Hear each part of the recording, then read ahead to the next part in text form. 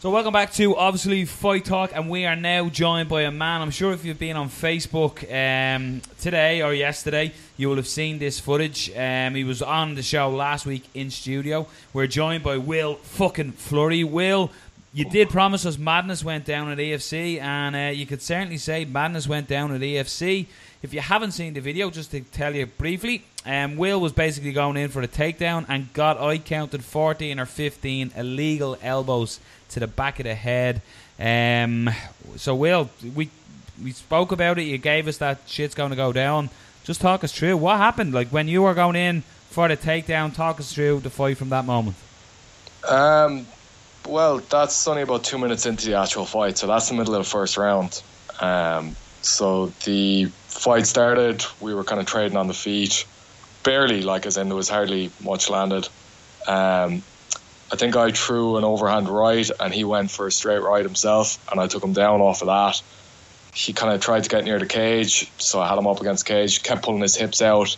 He eventually kind of, like he was trying to use his backhand to prop himself up, couldn't, kind of crippled or crunched him over, like, and then mounted him. Had him mounted for about 30 or 40 seconds.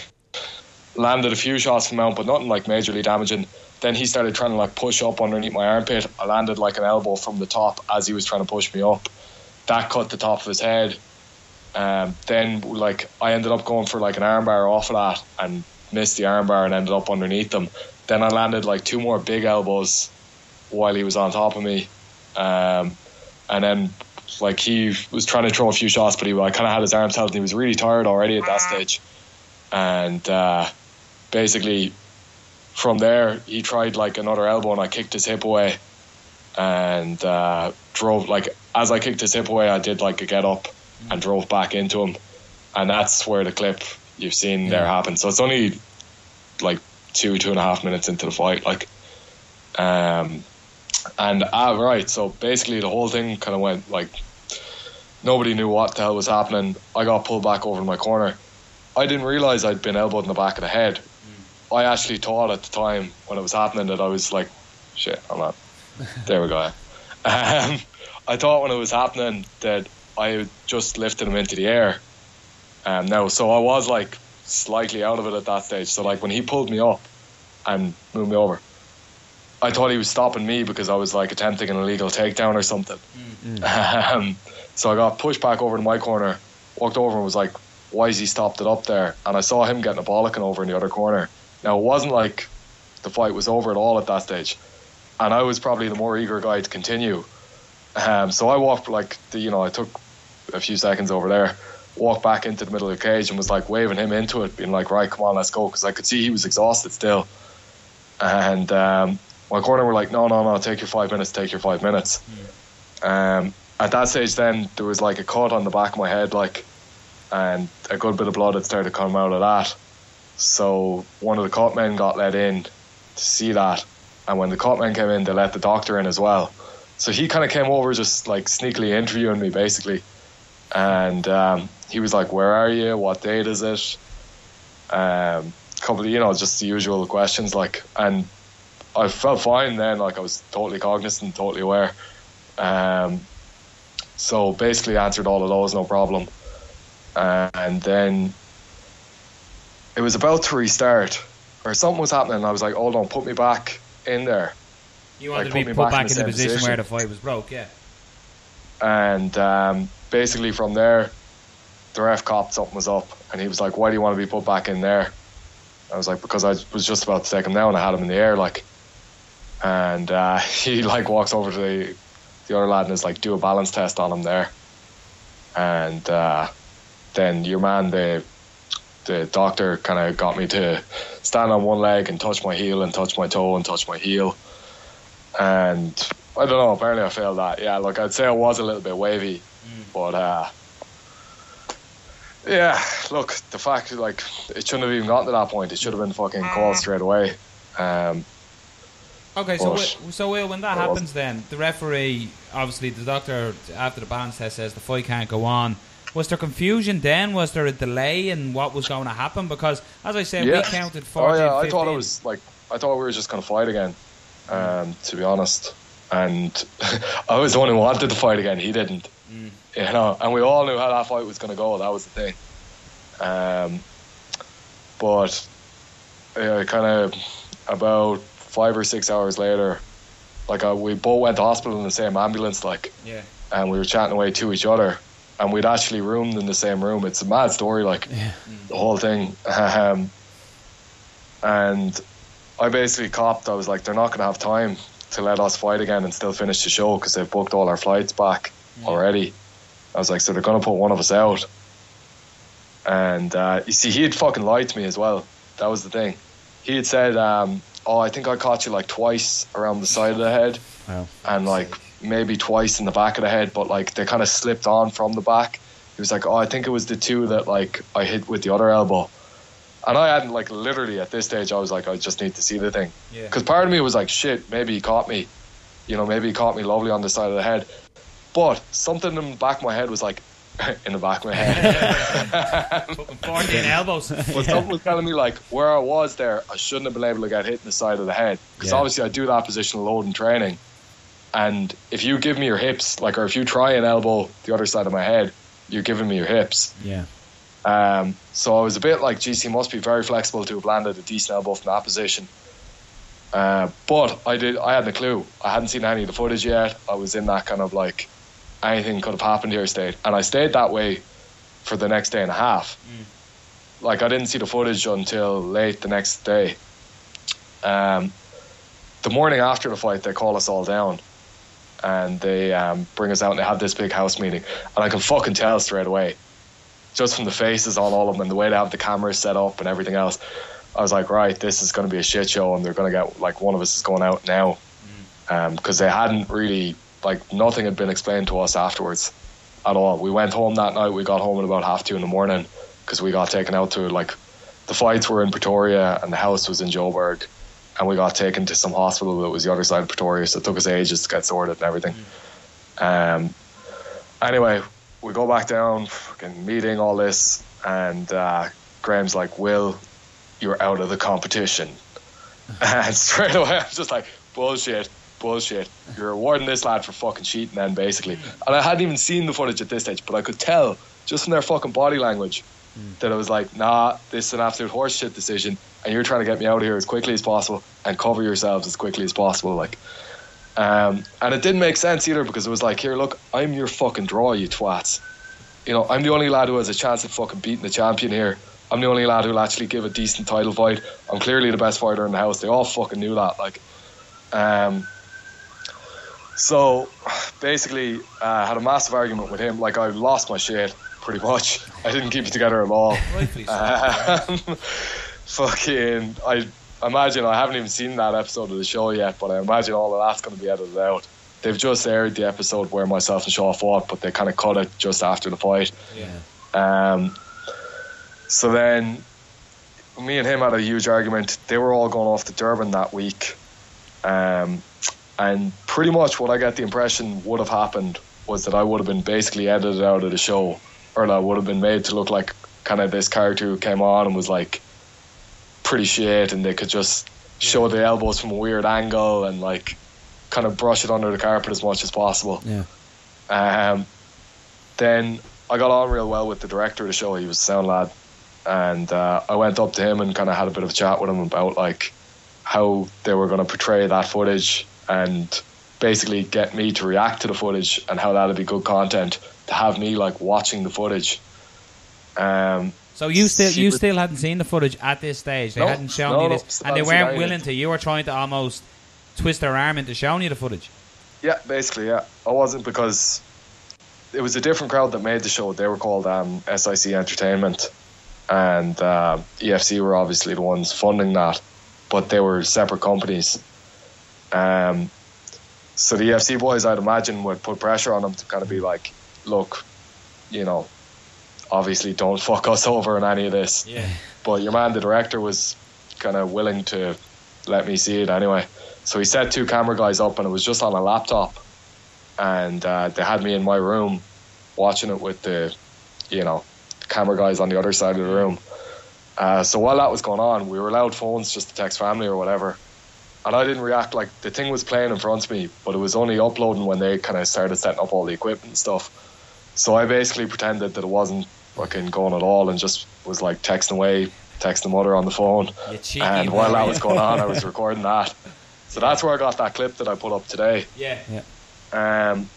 And as soon as I got it, I sent it to John because I'd been in constant contact with John about the whole thing.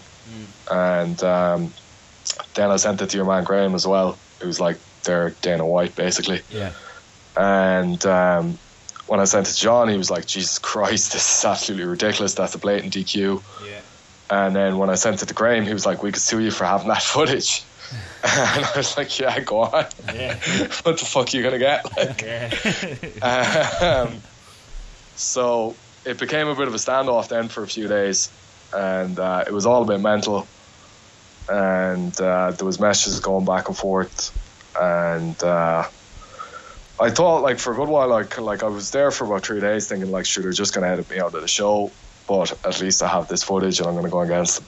Yeah. Then they came back, like, it was another lad. And I'll go into the details another time. But, like, basically they were like, look, we'll get you something out of this. Like, you know, we know that you're our guy. Like, and they wanted to kind of, they were saying, like, oh, we'll get you to fight a title contender and then you'll get the title shot after all this. Because that's what, like, I was like, if you're not putting me back in the competition, because my first thing was, like, put me back in. I'm grand. I want to. The same day all this shit happened, we went out to a mattress factory and we did this challenge of, like, hold a mattress over your head for as long as you could. And it was an individual challenge. It was the only individual challenge we did. And all 10 of us, like, or 11 of us, hold the mattress over our head for as long as we could. I beat everyone else by like a minute and a half, and I actually fucking left the thing down in the end. And I was there like screaming, "Will fucking Fleury, all this shit." And they're there telling me I'm concussed and that I'm not okay to compete. And I was like, I'd fucking beat any one of these lads right now, like, not a bother. So yeah, then it became a thing of like, oh yeah, we're gonna get you on a good contract and get you out here on good money, and we'll have you fight a title contender.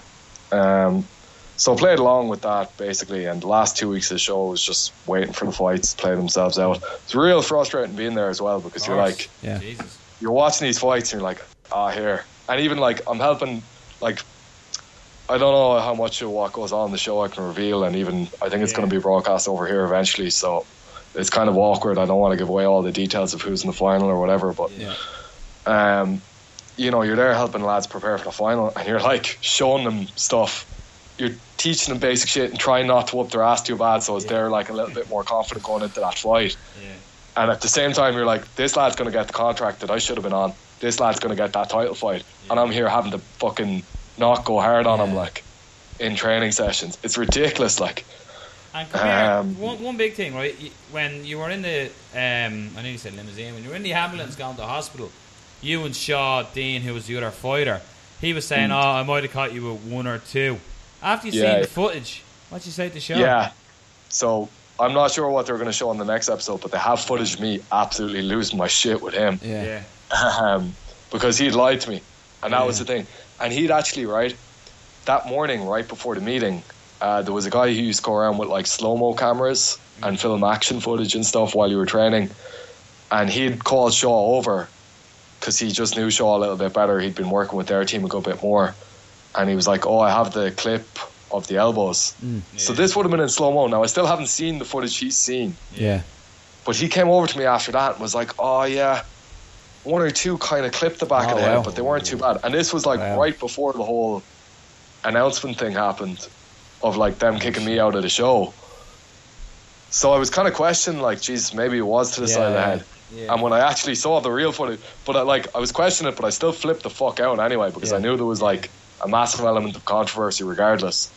And I knew like I could feel where all the cuts and lumps were, and they're all like right back here, so you can see the actual elbows, like, you know. What were you told about the decision? Because it was obviously ruled a no contest. What were you told? Why was it not a DQ? Why were you told it wasn't a DQ? Because I was moving my head. Wow. Even regardless, if I'd been moving my head, it still should be a DQ. But even you're moving your head, Will, right? And that's right. No, but like, look at the fucking footage. I'm not moving my head at all. My head is planted into the cage. I have my head there because that's the one area where, like, if you're going to come to the opposite side and elbow the other ear, you're going to have to give me your hips to do it. But the other part about it is, well, just for argument's sake, they're saying you play devil's advocate and say, all right, I was moving my head. You weren't, but let's say you were, just for their argument's sake. When the referee comes in with the slowest stoppage I've ever seen, he comes in with his hands as slow and sort of go, no, stop elbowing him. And then another one. Shaw lands about 4 elbows maybe when the referee actually, like, I'm looking at, you have it playing here for me, and you've just dropped now, and he's landing, and the referee comes in, slowest ever, by the way, slow hands his name should be, still happening. So the referee comes in now, and there's 1, 2, 3, 4. What's weird is he doesn't even get angry that he keeps elbowing him. There's 4 elbows, and as he is arched up to land the 4th elbow, the referee takes his hands away to say time. Yeah. So he lands 4 clean elbows when the referee has touched them on you.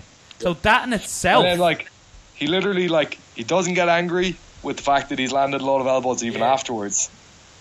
He kind of just goes, yeah, time, no problem. And then just, marches him over.